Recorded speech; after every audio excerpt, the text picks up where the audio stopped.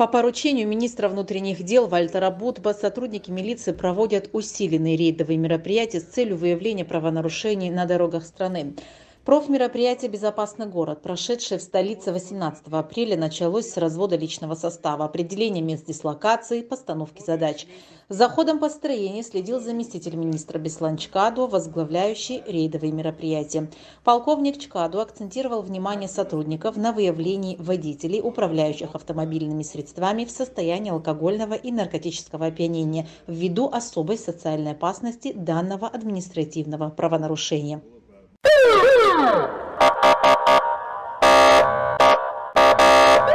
Безопасный город проходил с привлечением личных составов нескольких районов. Мы проводим рейдовые мероприятия. Безопасный город – это столица нашего государства, город Сухум. Основное, акцентируем мы в основном, это нарушение правил дорожного движения, которое приводит к дорожно-транспортным происшествиям. Это несоблюдение правил дорожного движения. После патрулирования экипажи милиции дислоцируются по заранее определенным планам профмероприятий точкам. Помимо наиболее частых нарушений правил дорожного движения, таких как управление автотранспортным средством в нетрезвом состоянии, нарушение скоростного режима, проезд на запрещающий сигнал светофора и пересечение сплошной линии, актуальным остается незаконное тонирование лобовых стекол. На данное правонарушение сотрудникам поручено обратить особое внимание.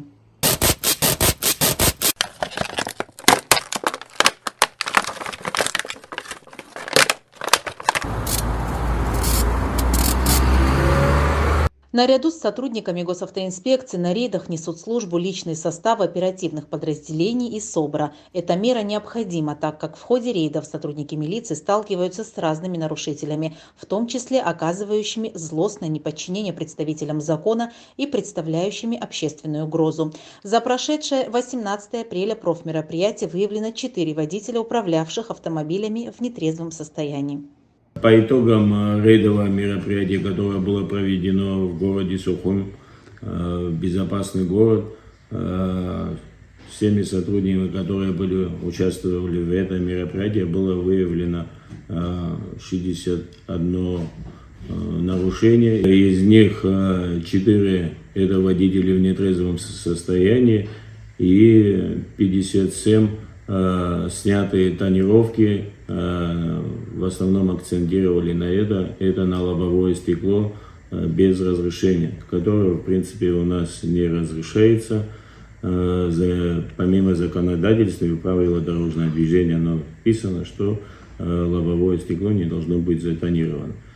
Я бы хотел акцентировать на то, что те водители в будущем, на кого будет составлен административный протокол именно за нарушение тонированных стекол лобового стекла, по законодательству, когда человек попадается уже во второй раз, мы можем его оштрафовать, помимо штрафа мы можем его лишить на 6 месяцев.